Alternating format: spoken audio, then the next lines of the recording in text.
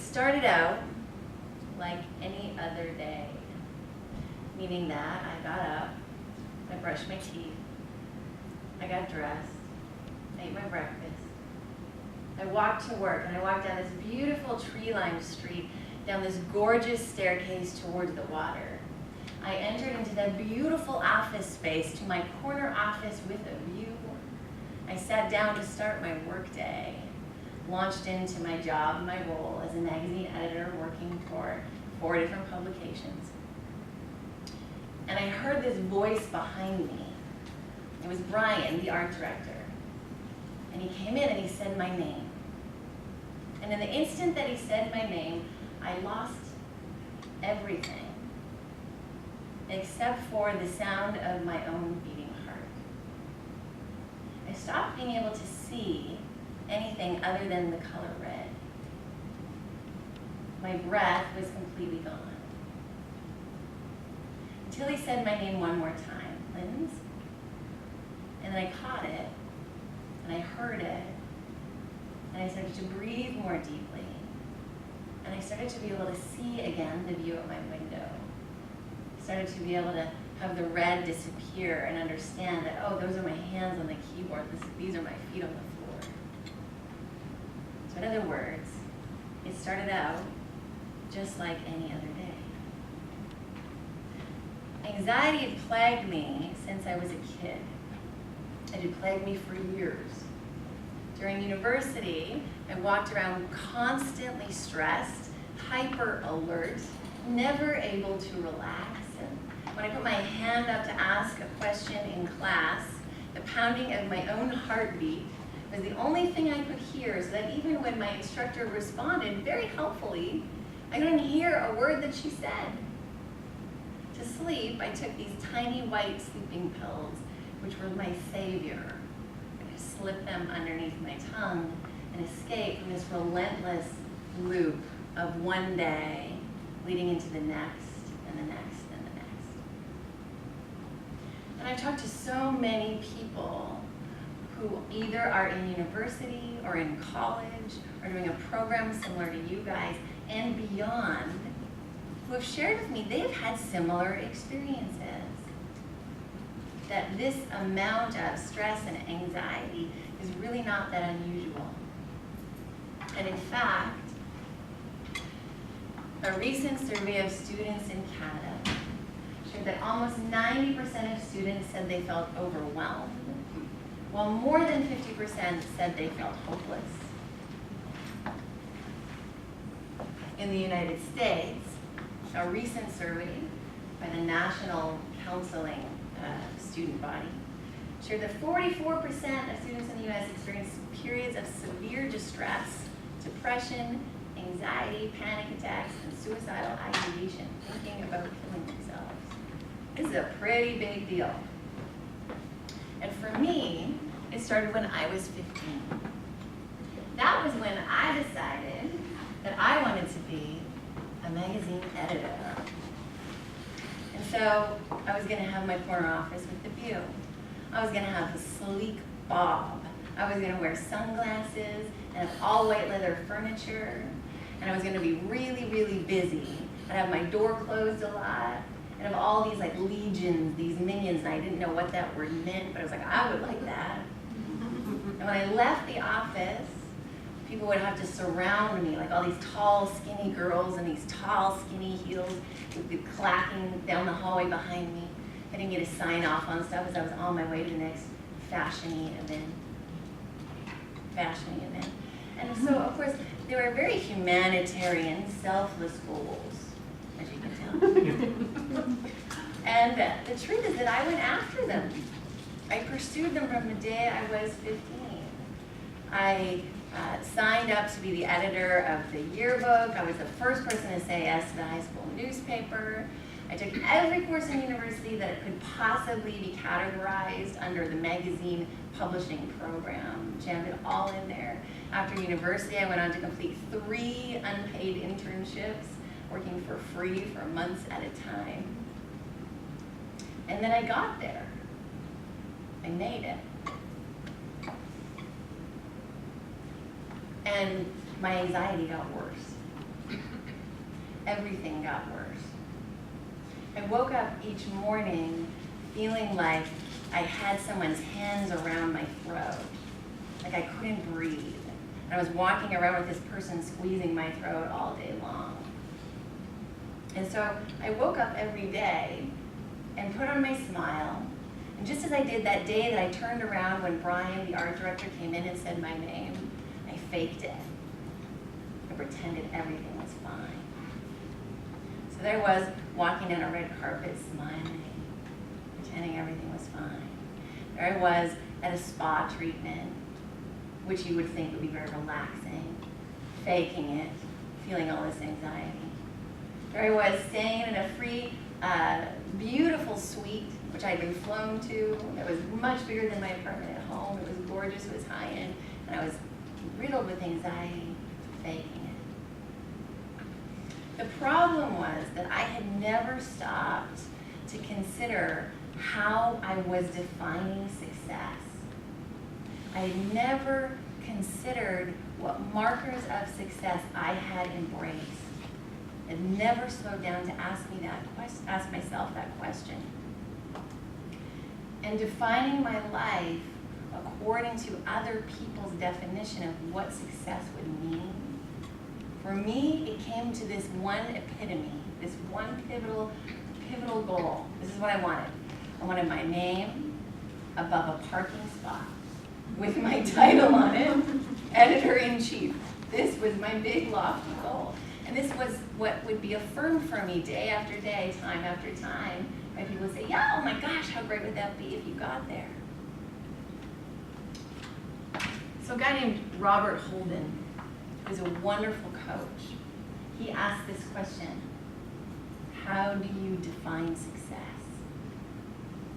How do you define success in work, in life, and in your relationships? When he asks this question, and he has been doing this work for decades, nobody has an answer. Because we don't ask ourselves this question unless we are jolted into it by something that causes us to consider it. How do you define success in work, in life, in relationships? Many of us have no idea, and we go about just sort of unconsciously, like I did, embracing other people's definitions. But the real question is, like, what if we want something different? What if we want something more? What if we want to experience feeling successful before we've gotten to that point where we have our name on a parking spot above our title? What if we want to experience success in every minute of every day? And what if we can? Carol Dweck is one of the world's leading researchers in the fields of personality, developmental psychology, and social psychology. She talks about the difference between a fixed and growth mindset. So when we're in a fixed mindset, we give up more easily. We have a hard time handling it when things aren't going perfectly. And we prioritize achieving something versus getting good at something. This was me through university. This was me through all of my magazine acting career. Frankly, this was me for a lot of my life until I started to learn more about these things. When we're in a growth mindset, we keep going in the face of difficulties or challenges. We see the opportunity to develop our skills when things aren't going perfectly. And we prioritize getting good at something versus achieving something. The biggest difference is that people in a fixed mindset, which I have been, we walk around thinking our ability is fixed. So that if we're not good at it right away, if we're not amazing right away, wow, is it ever a reason to stress out? Wow, is that ever a lot of pressure? A lot of anxiety. But people who are in a growth mindset, they get it. They're like, well, if I'm not good at it, I'll get good at it. Because ability isn't fixed. Because we can always continue to grow and develop and get better. And if we're not good at it right away, it doesn't mean a thing about who we are. That's just the way we get better. So to sum it up, fixed generates a lot more anxiety, a lot more stress.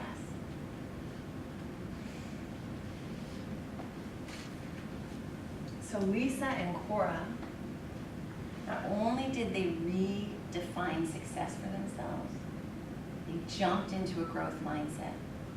They jumped into learning through failing.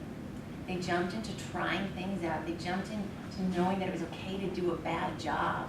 And in fact, that was the best way to get yourself trying something new. And they jumped so far over into the growth mindset that they grew right up on out of the situation that they didn't want to be in anymore and into the one that was perfect for them. So there's many ways to experience this. And I like to sum it up in 5 steps. Step 1 is to define success in work, relationships, and life. This means defining success according to you. Answering those questions that Coach Robert Holden poses.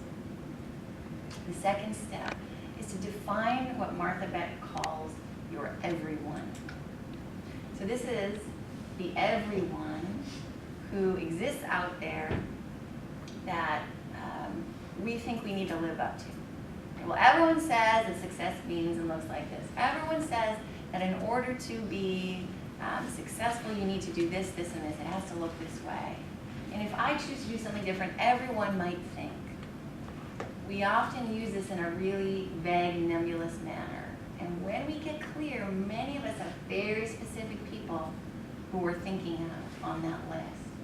I had like 10 names who I was actually concerned about would think X about me if I did something different. So actually define your everyone. Make a specific list. And then very boldly, send them love, and then let their influence go. Step 3 is to define what Martha Beck calls your Hall of Champions. These are the people who not only champion your creativity, your resourcefulness, your capacity for growth, change, your innate intelligence, your innate attractiveness. They're also people who seem to be living a life more in alignment with your definition of success. So get a handle on who these people are. Actually make a real list. And then as your everyone is exiting the hallway in your mind, invite these guys in, your Hall of Champions. They walk in the door, and they're always welcome. They're the ones who you want to start to turn to when you're checking things out, when you're considering doing something different. Step 4 is to practice adopting a growth versus fixed mindset. So what this means is remembering times in your own life when you haven't had an ability, but you've gained it. And it also means, thanks for coming, see you later. It also means thinking of examples of other people who have done this. I'm going to start you off with 3 really good ones. So Mr. Michael Jordan is very, very famous. This guy's like the king of basketball. And the truth is, as many people know, he was cut from his high school varsity team. He did not get to play for the college he wanted to play for. They didn't want him. And the first 2 NBA teams that could have drafted him, they didn't pick him. And so we look at this and we think to ourselves, what is wrong with these people? This is Michael Jordan. But the truth is, he wasn't always Michael Jordan. He was Michael Jordan. And he actually got cut from his high school varsity team for a reason. His mom said, get back in there and try harder. So he got up at 6 a.m. every school day to practice. When he started playing college basketball, he was known as the one guy who worked harder than anyone else. And when his NBA team lost the final game of the season, he went straight to the basketball court to practice his shots. He was preparing for next season. Before he became famous for his ability, he was famous for being a guy who worked at it.